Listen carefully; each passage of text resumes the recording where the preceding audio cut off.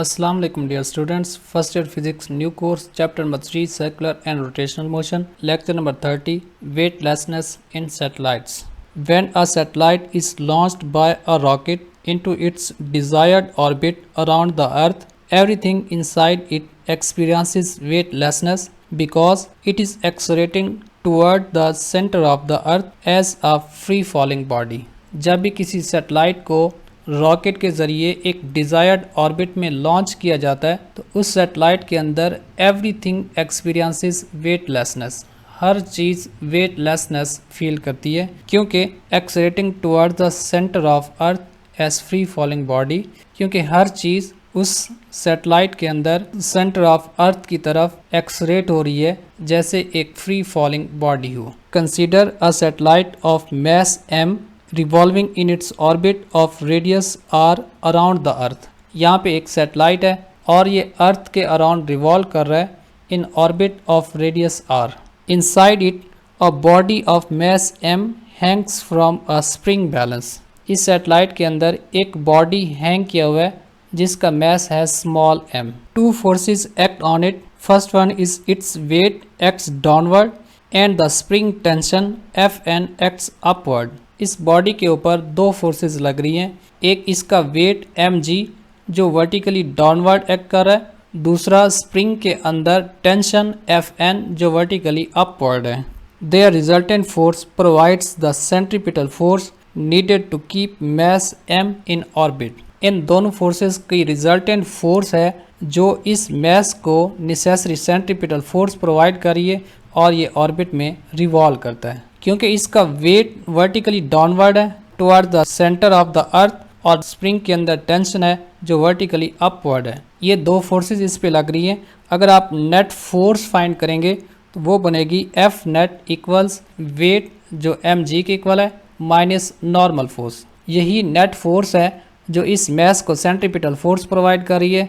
तो हम इसको ऐसा लिख सकते हैं Fc equals mg minus Fn।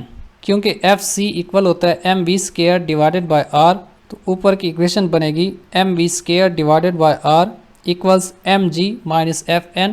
इसका नाम है equation number 1। It may be noted that the centripetal force is responsible for the revolution of satellite around the earth and is provided by gravitational force of attraction between the earth and the satellite. यहाँ पर centripetal force है जिसकी वजह से ये satellite अर्थ के बाहर revolve कर रहा है और यही फोर्स प्रोवाइड कर रही है the gravitational force of earth जो कि अर्थ और सैटेलाइट के दरमियान है। इसको हम फाइंड कर सकते हैं by the formula Fc equals Fg।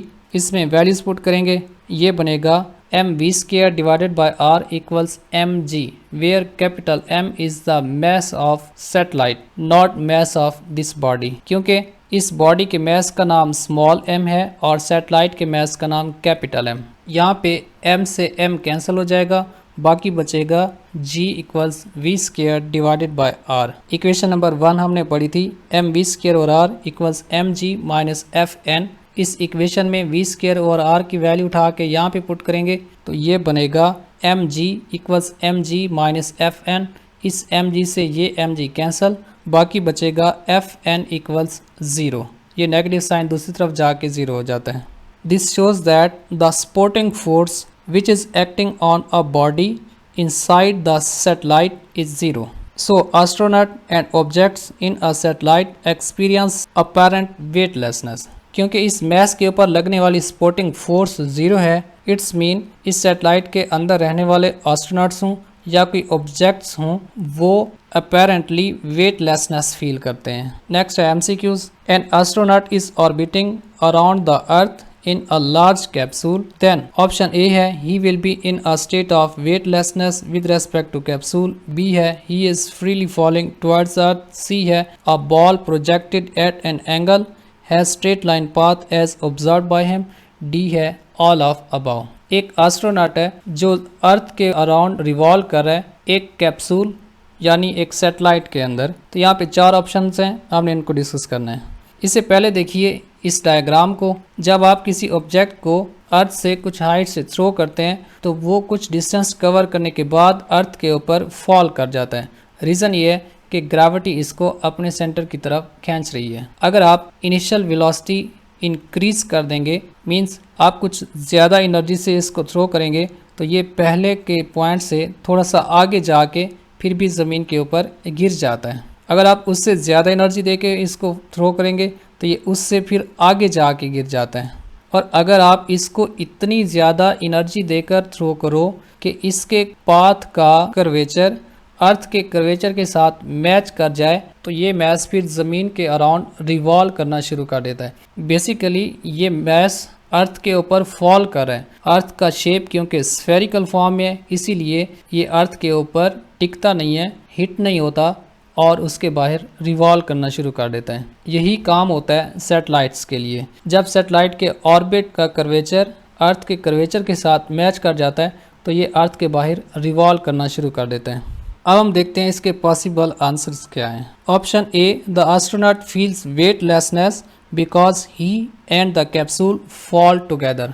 Astronaut weightlessness feel करेगा क्योंकि वो खुद और सैटेलाइट दोनों अर्थ के अराउंड फ्री फॉल में है। पहला ऑप्शन देखिए, he will be in state of weightlessness with respect to capsule, तो ये ऑप्शन ठीक है। ऑप्शन 2 है, orbiting means he is always falling towards the earth but never hits it. अगर आप ऑप्शन बी को देखें, he is freely falling towards the earth, तो ये ऑप्शन ठीक है क्योंकि वो अर्थ की तरफ फ्री फॉल कर रहा है, लेकिन अर्थ के स्फेरिकल शेप होने की वजह से ये उसके साथ हिट नहीं करता। Option C, if he throws a ball it falls with him so it looks straight to him. अगर वो इस ऑर्बिटिंग स्पेसशिप में रहते हुए किसी बॉल को थ्रो करता है तो वो बॉल भी फ्री फॉल की कंडीशन में होगी। अब ये भी फ्री फॉल में है, वो बॉल भी फ्री फॉल में है, तो दोनों एक दूसरे के लिहाज से स्ट्रेट लाइन में मूव कर रहे होंगे। अगर कोई पर्सन अर्थ से बैठकर इस एस्ट्रोनॉट की मोशन को ऑब्जर्व करता है तो उसके लिए इसकी मोशन ऑर्बिटिंग होगी और बॉल की मोशन भी ऑर्बिटिंग होगी, जबकि इस बॉल की मोशन इस एस्ट्रोनॉट के लिहाज से स्ट्रेट लाइन होगी। तो ऑप्शन सी देखें, a ball projected at an angle has a straight line path as observed by him, ये वाला भी ठीक है, ये वाला भी ठीक था। तो इस MCQs के अंदर तीनों ऑप्शन सही हैं, लिहाजा इसका आंसर होगा ऑल ऑफ अबव। नेक्स्ट है, a man inside the artificial satellite feels weightlessness because the force of attraction due to the earth is 0 at pole. B option, balanced by the force of attraction due to moon. C है equal to the centripetal force और D है non effective due to some particular design of the satellite.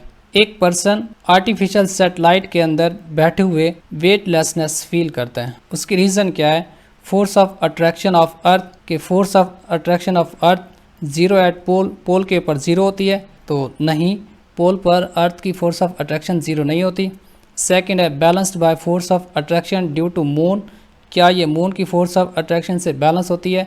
Moon की force of gravity small होने की वजह से उसकी force of attraction इतनी ज़्यादा स्ट्रांग नहीं होती कि इसको बैलेंस कर ले, तो ये ऑप्शन भी नहीं है। सी है equal to the centripetal force, ये ऑप्शन ठीक है, अर्थ की फोर्स ऑफ अट्रैक्शन उसकी सेंट्रीपिटल फोर्स के इक्वल है। Non effective due to some particular design of the satellite, ये सैटेलाइट के डिज़ाइन के ऊपर डिपेंड नहीं कर रही, तो ये वाला ऑप्शन भी नहीं है। अब इन चारों में से जो करेक्ट आंसर है वो है ऑप्शन नंबर सी। नेक्स्ट है exercise short question, question number 3.9, how does an astronaut feel weightlessness while orbiting around the earth in a spaceship? जब एक एस्ट्रोनॉट अर्थ स्पेसशिप में बैठा होता है तो वो वेटलेसनेस कैसे फील करता है? An astronaut feels weightlessness in orbit because both he and the spaceship are freely falling around the earth under gravity. Since they fall together at the same rate, no supporting force act on him, so he feels weightlessness. Astronaut orbit में weightlessness feel करता है क्योंकि वो खुद और spaceship दोनों अर्थ के around freely falling होते हैं। जब वो फ्रीली फॉलिंग होते हैं तो उन्हें सपोर्ट करने के लिए कोई फोर्स रिक्वायर्ड नहीं होती और वो सेम रेट पर फॉल करते हैं, इसीलिए वो वेटलेसनेस फील करता है। ये था हमारा आज का लेक्चर। नेक्स्ट लेक्चर है 31, artificial gravity. The gravity sphere के प्लेटफॉर्म से हमने फर्स्ट ईयर क्लासेस का आगाज़ किया हुआ है। अगर आप हमारे प्लेटफॉर्म से लर्न करना चाहते हैं तो हमारी वेबसाइट का लिंक है thegravitysphere.com, आप यहाँ से इनरोल कर सकते हैं। हमारा व्हाट्सअप नंबर है, यहाँ से कॉन्टैक्ट कर सकते हैं। हमारे फेसबुक पेज को फॉलो कीजिए और द ग्रेविटी स्फीयर हमारा यूट्यूब चैनल है, आप इसको सब्सक्राइब कीजिए ताकि हमारे आने वाले तमाम लेक्चर्स आप तक पहुँचते रहें। Thank you. अल्लाह हाफिज़।